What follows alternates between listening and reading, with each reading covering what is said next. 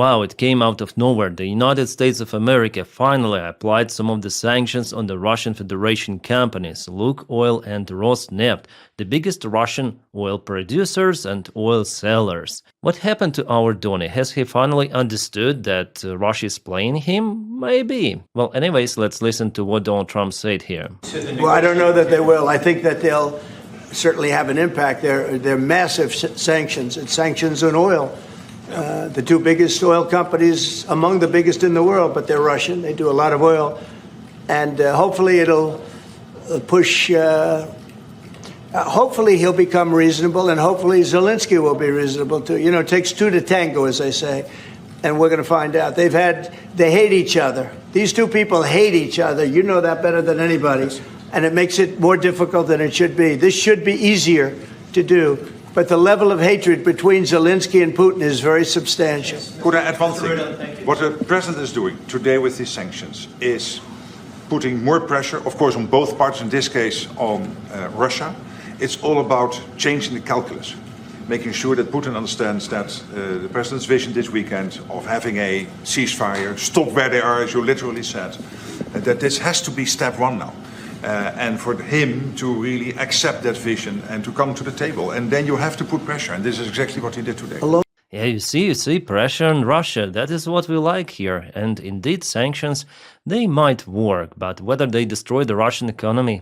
Absolutely not, but they might make the sales of the Russian oil difficult. Yeah, yesterday some of the channels, also pro-Ukrainian channels, shared those kind of the graphics saying that, oh, the Russian stocks are falling down. Here we speak about Lukoil and Rosneft companies. Definitely they fall down, but if you check out the numbers, it's not too much. And that's the current situation with Lukoil, so the drop is not more than 4%. We are not speaking about some sort of the crash from 6,300 points to 5,800, nothing. For now, I wouldn't call it even a downfall. For example, if we take 5 years ago in 2023, the price were even lower, less than 4,000. Now it's 5,800. So if we check this perspective, no, the stocks are not falling down. Well, maybe they will fall in perspective because maybe some of the secondary sanctions could be applied. And in the sanctions document, definitely it is written about secondary sanctions and sanctions on the companies that continue to operate with Russian oil, but not the sanctions or tariffs on China government or Indian government. Here, they try to avoid it. That's what I said to you before, like United States of America, they're not interested to apply really 500% of the tariffs on China, as it was the project of the Lindsey Graham senator who really wanted to do it, but no, some of the companies, that's it. So here we have this document of the sanctions. There's the list of Lukoil, Rosneft. By the way, refineries are also out there. Great to see already those familiar names in this list. And here they say about the secondary sanctions, which could be applied on the foreign financial institutions continue to operate with the Russian oil, but also may risk. Yeah, may, it doesn't mean that they will be applied 100%. That is at least what I understood from reading this document. In addition, foreign financial institutions that conduct or facilitate significant transactions or provide any service involving Russia's military-industrial base. Also good. So this document is focused mainly on Lukoil or Rosneft, but also it touches different aspects of the Russian activity. Is it good? Yeah, of course, it is good. But whether it will force Russia to stop? Absolutely not. With Putin, absolutely the war will continue, so not just sanctions should be applied on Russia, but also there should be the massive military support of Ukraine. But Donald Trump still avoids, for example, sending to Ukraine Tomahawks. And also yesterday's information from the Wall Street Journal about the United States lifting restrictions on long-range weapons for Ukraine. Well, Donald Trump himself disapproved this information. The Wall Street Journal story on USA's approval of Ukraine being allowed to use long-range missiles deep into Russia is fake news. The United States has nothing to do with those missiles, wherever they may come from, or what Ukraine does with them. Well, at first I was like, okay, so maybe Ukraine still has those restrictions, and definitely this article is hoax. But no, actually here with the statement, Donald Trump says that Ukraine may use Storm Shadow or Scalp missiles wherever it wants. Do you see what he says here? The United States has nothing to do with those missiles. Here he means the European missiles like Storm Shadow or Scalp, wherever they may come from Europe. Who else supplies missiles to Ukraine? Well, the United States of America, but it seems like there was already permission for Ukraine to use ATACMS, and Ukraine doesn't have lots of the ATACMS missiles, so Storm Shadow is good to go. Despite those missiles are having components made from the United States of America, and before Ukraine got those restrictions from the United States of America to use missiles on Russian territory, but now Donny says that, I don't know, those are someone's missile, I don't know what they're doing, it's not me.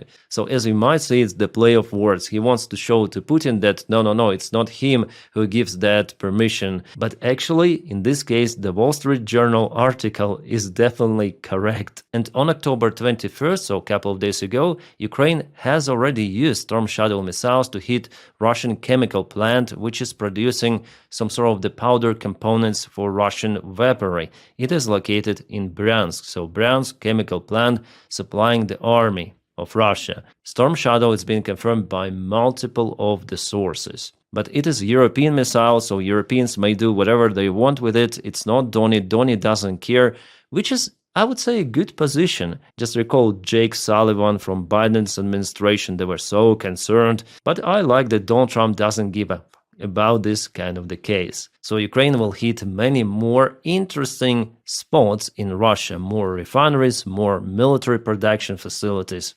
Great. But still Ukraine needs different weaponry, including Tomahawk missiles, but Donald Trump hesitates to give it right now. And you know what, guys? We should thank one man. Because of him, sanctions were applied. He really asked for it. And the name of the guy is Lavrov, a Russian foreign minister. Right after his talk with Rubio, sanctions were introduced on Russia. No one was as successful as Lavrov before. All of those diplomats from Europe, Ukrainians, internal influence on Donald Trump within United States of America. Apply sanctions, Donny, come on. And here, just one conversation with Rubio. Here you go. By the way, it is great that Rubio is now in charge of this topic and not Witkoff, because Witkoff is absolute crazy guy. Donald Trump himself in Israel said that Witkoff is not competent. Yeah, probably you know that kind of the speech. Witkoff is a realtor, he is my friend, but he knows nothing about Russia, he knows nothing about Ukraine, but at the same time he forced Zelensky to capitulate, and Zelensky wrote about it, and after that there was the twist. So Rubio is now in charge of this deal, so-called deal with Russia, but this deal is not possible, we know it. Russia understands just pressure, but the current pressure, again, even with those sanctions, it's not enough. There should be massive sanctions introduced, not just Lukoil or Rosneft. There should be way more sanctions. So after this conversation between Rubio and Lavrov, it was understandable for Donald Trump that Putin wants to continue the war. They want to occupy Donbass. Zelensky doesn't want to give Donbass to Russia. It is also understandable. Donald Trump actually tried to push Zelensky for this kind of the scenario because Donald Trump wants to finish this war. And for him, it doesn't really matter, okay, this part of the land there, this part of the land here, Donbass, who cares? But for Ukraine, it is very important, and I already told you why, because it's the most robust defense of Ukraine from entire front lines, and by giving this territory to Russia, you just giving the rest of Ukraine to Russia, because after Donbass, there are just open fields, few of the settlements for Russia to go straight to Dnipro, Kharkiv, and maybe next. And after the conversation, Lavrov said that there are Nazis in Ukraine, that Russia will continue to deoccupy the territory from Nazis, something like that. Plus, after that phone call, Russia started to bomb Ukrainian facilities. They aimed actually 2 of the kindergartens. Yesterday, one was hit in Kharkiv, the other one this morning in Kiev. Lots of the other infrastructure was hit, including private buildings, civilian losses. It's crazy. Plus, at the same day, Putin started his nuclear drills, launching one of the missiles towards the United States of America. Yeah, it didn't touch the United States, but it was flowing straight forward to Alaska, the place of the previous meeting between Donald Trump and Putin, some sort of the déjà vu. And for sure, American military spotted those missiles flying,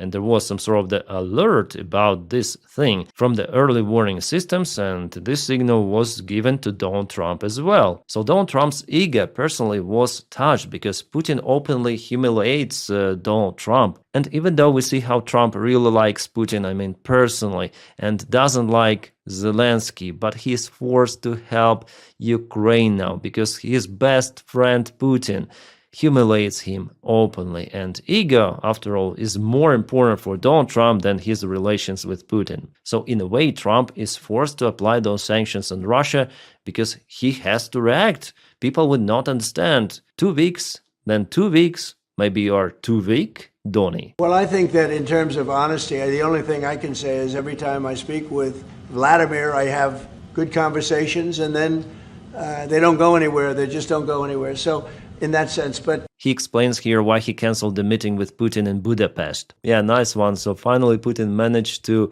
annoy Donald Trump at that kind of the level. By the way, Trump mentioned that Putin wants really to take the entire Ukraine, but Trump insists for the war to stop at the current front lines. By the way, Zelensky also tells the same, that for Ukraine it is okay that if we follow some sort of the Korean scenario with some of the security guarantees. But Russia doesn't agree on that, and that's why Donny had no other choice but to apply those sanctions. Finally, even for his stupid orange mind, it became understandable. Well, hopefully it will be understandable also to support Ukrainian military with everything he can to support. Well, Bloomberg already published the information today that India's Russian oil flow expected to dry up after United States sanctions. Well, it could be definitely a good variant. And Trump is going to talk with Xi Jinping about purchasing the Russian oil. So here we go with this part of the message. How do we end the war with Russia and Ukraine, whether it's through oil or energy or anything else? And I think he's going to be very receptive. He would now like to, I'm not sure that he did at the beginning. He would now like to see that war end.